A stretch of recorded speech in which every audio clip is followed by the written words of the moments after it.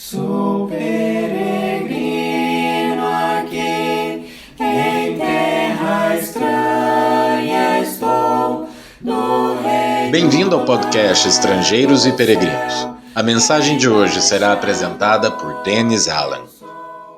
Hoje vamos continuar nosso estudo semanal do livro de Hebreus, começando no capítulo 10, versículo 26. No final do episódio do dia, eu darei a resposta à pergunta 875 e a nova pergunta do dia. O que podemos lembrar de estudos anteriores é que Jesus já cumpriu sua missão. E o autor tem nos chamado a continuar firmes no caminho, falando da importância de não abandonar o caminho, de não deixar de congregar. E agora ele avisa sobre o perigo real de voltar ao pecado, de negar Jesus e de sofrer a ira de Deus. Vamos começar com a leitura do capítulo 10, do versículo 26 ao 31. Porque se continuarmos a pecar de propósito, depois de termos recebido o conhecimento da verdade, já não resta sacrifício pelos pecados. Pelo contrário, resta apenas uma terrível expectativa de juízo e fogo vingador, prestes a consumir os adversários. Quem tiver rejeitado a lei de Moisés, morre sem misericórdia, pelo depoimento de 2 ou 3 testemunhas. Imaginem quanto mais severo deve ser o castigo daquele que pisou o Filho de Deus, profanou o sangue da aliança com o qual foi santificado e insultou o Espírito da graça. Pois conhecemos aquele que disse: a mim pertence a vingança, eu retribuirei. E outra vez, o Senhor julgará o seu povo. Horrível coisa é cair nas mãos do Deus vivo. Agora vamos examinar os pontos principais desse texto por meio de algumas perguntas. Primeira pergunta: o alerta deste trecho foi dirigido a cristãos ou a descrentes? É importante fazer essa distinção aqui e perceber que quando ele fala aqui de continuar a pecar depois de receber o conhecimento da verdade, e a pessoa que já foi santificada, ele não está falando aqui de pessoas que nunca conheceram Cristo, mas de pessoas que já receberam perdão dos seus pecados, começaram a caminhada com Cristo e abandonaram o caminho, rejeitando o seu próprio Salvador. Esses avisos, como outros que já encontramos no livro, mostram para nós o perigo de o cristão se afastar e perder a sua comunhão com Deus. Podemos lembrar de textos que já encontramos no capítulo 3, versículo 12, onde ele cita Salmo 95 e fala de não fazer como o povo no deserto, de endurecer o coração e se rebelar contra Deus. Ou no capítulo 6, do perigo daquele que já foi iluminado, que já conhece a palavra, que já recebeu a relação de comunhão com Deus e que volta atrás, que, como ele diz aqui, não resta sacrifício. E é isso que vamos ver agora no capítulo 10. O que não existe para salvar o cristão que continua pecando de propósito? Ele diz no versículo 26, já não resta sacrifício pelos pecados. Ponto importante nesse texto aqui, que a pessoa que voltou atrás, abandonou, rejeitou o sacrifício de Cristo, não há outro sacrifício para vir depois. E agora isso levanta uma outra pergunta importante. A pessoa que peca depois de se converter é condenada sem a possibilidade de perdão? Olhando para o versículo 26, até inicialmente pode dar essa impressão.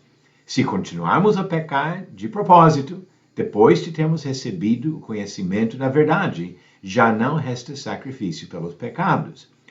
Mas é importante lembrar aqui que ele não está falando de um cristão que tropeça, que cai em tentação e depois volta arrependido, buscando perdão.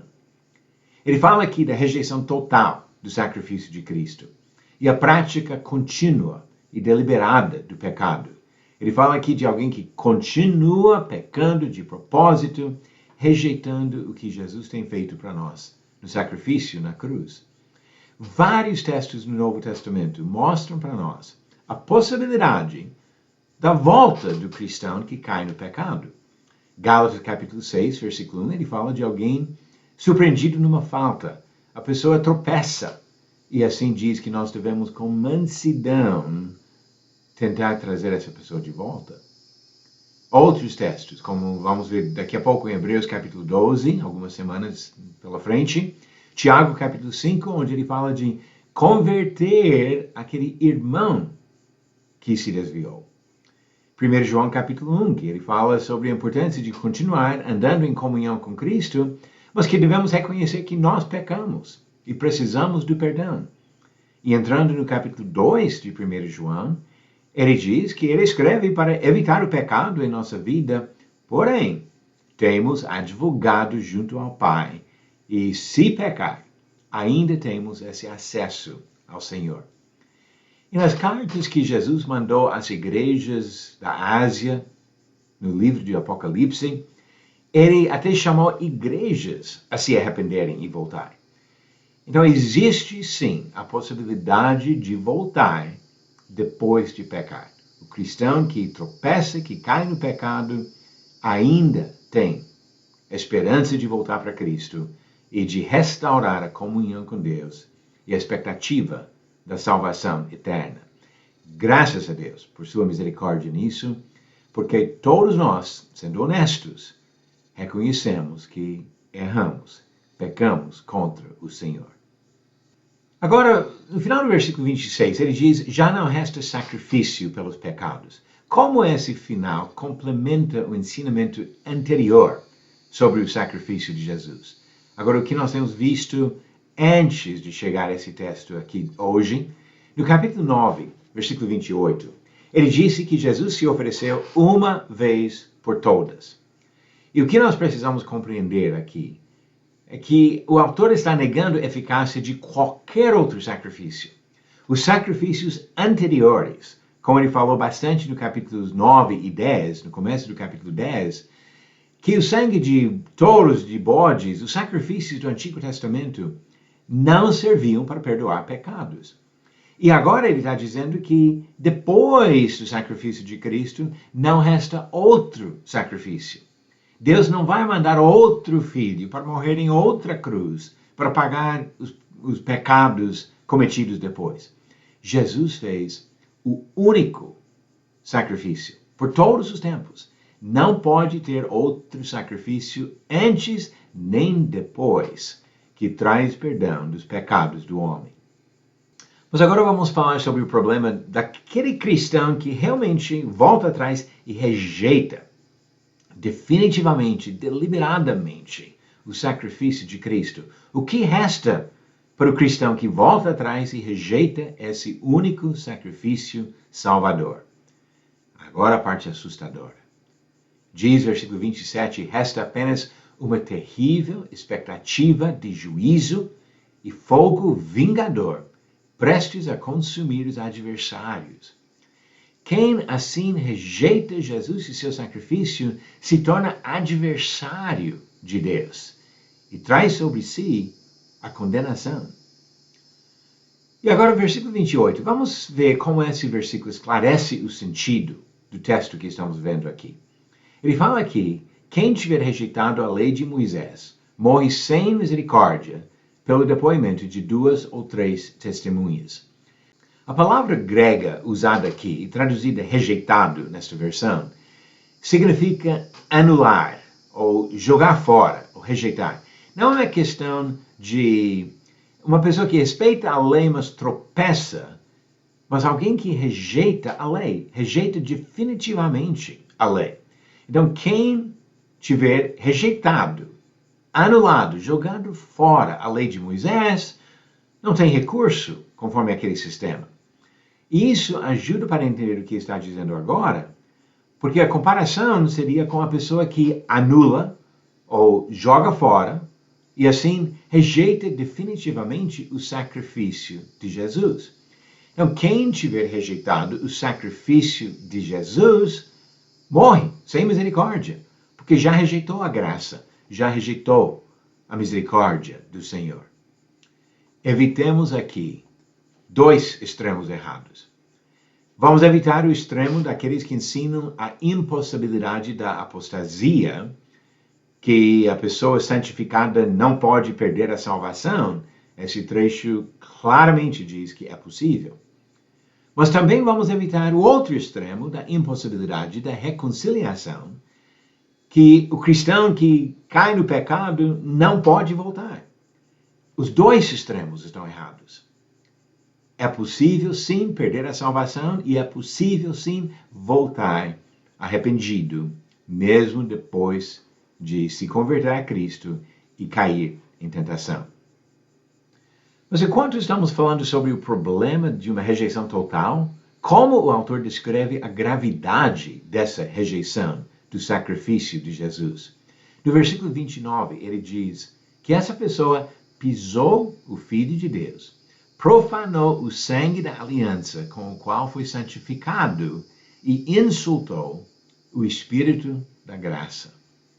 Uma ofensa gravíssima contra Deus, esta rejeição do sacrifício de Jesus. É algo que devemos pensar bastante numa época da história em que muitas pessoas estão brincando com religiões que negam Jesus. Pessoas abandonando o cristianismo para adotar doutrinas completamente diferentes que negam Jesus e seu sacrifício. Seja budismo, islamismo ou muitos outros que negam Jesus. Nós devemos entender a gravidade desta ofensa, de abandonar e rejeitar Jesus e seu sacrifício e aceitar qualquer religião, qualquer sistema, qualquer filosofia que sugere que nós não precisamos de Jesus e seu sacrifício. É por isso que é importante fortalecer nossa convicção, o fundamento da nossa fé, para manter sempre firmes a convicção sobre Jesus Cristo, que fez o único sacrifício eficaz para trazer para nós a salvação. E ainda falando sobre esta rejeição de Jesus, como ele descreve aqui o resultado dessa rejeição? Ele fala de um mais severo castigo, no versículo 29, e no versículo 30, com algumas citações do Antigo Testamento, ele fala sobre a vingança, a retribuição. Deus julgará. E depois ele completa a ideia com esse comentário assustador no versículo 31. Horrível coisa é cair nas mãos do Deus vivo.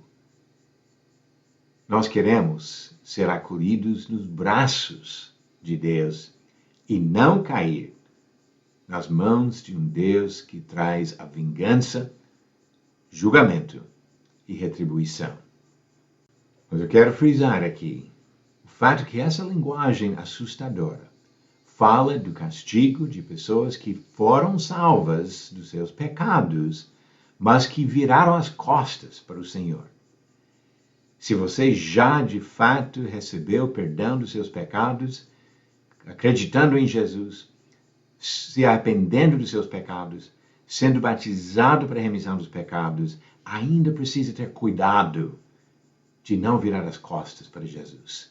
Porque neste caso, o que aguarda é uma coisa horrível, de cair nas mãos do Deus vivo.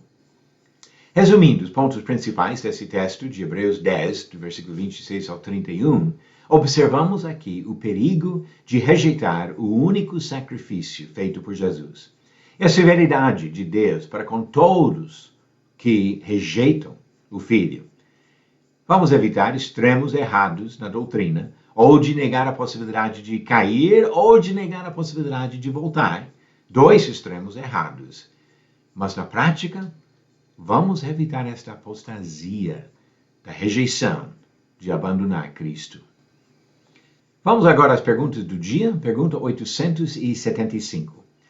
Verdadeiro ou falso? A igreja em Corinto estava perfeitamente unida, sem divisões entre os membros. Esta afirmação é falsa. Conforme diz 1 Coríntios capítulo 1, versículos 11 e 12, pois, meus irmãos, fui informado a respeito de vocês por alguns membros da casa de Cloe, de que há brigas entre vocês. Refiro-me ao fato de cada um de vocês dizer, eu sou de Paulo, Eu sou de Apolo, eu sou de Cefas, eu sou de Cristo. Houve, de fato, divisão naquela igreja, conflitos e brigas. E Paulo cita a fonte das suas informações, alguns membros dessa família, então mais de uma testemunha até, e fala especificamente o que eles falaram, quais foram as acusações. Paulo não está fazendo uma coisa vaga aqui que ele inventou, mas algo que tem base em fatos com testemunhas adequadas. E a nova pergunta do dia? Mesmo existindo na forma de Deus, Jesus a si mesmo se A. glorificou, B. exaltou, C. esvaziou ou D. justificou? A resposta no final do próximo episódio de Estrangeiros e Peregrinos. Eu tenho comentado várias vezes sobre a riqueza desse livro de Hebreus e continuamos vendo que é um livro que mostra a grandeza de Jesus, sua superioridade em todos os sentidos, o desejo e o sacrifício que ele fez para nos salvar. Vamos valorizar isso e jamais abandonar a nossa confiança em Jesus Cristo. Obrigado por nos acompanhar nessa jornada pelas Escrituras. Volte amanhã para ouvir mais uma mensagem do podcast Estrangeiros e Peregrinos. Seguimos pelo mundo a viajar.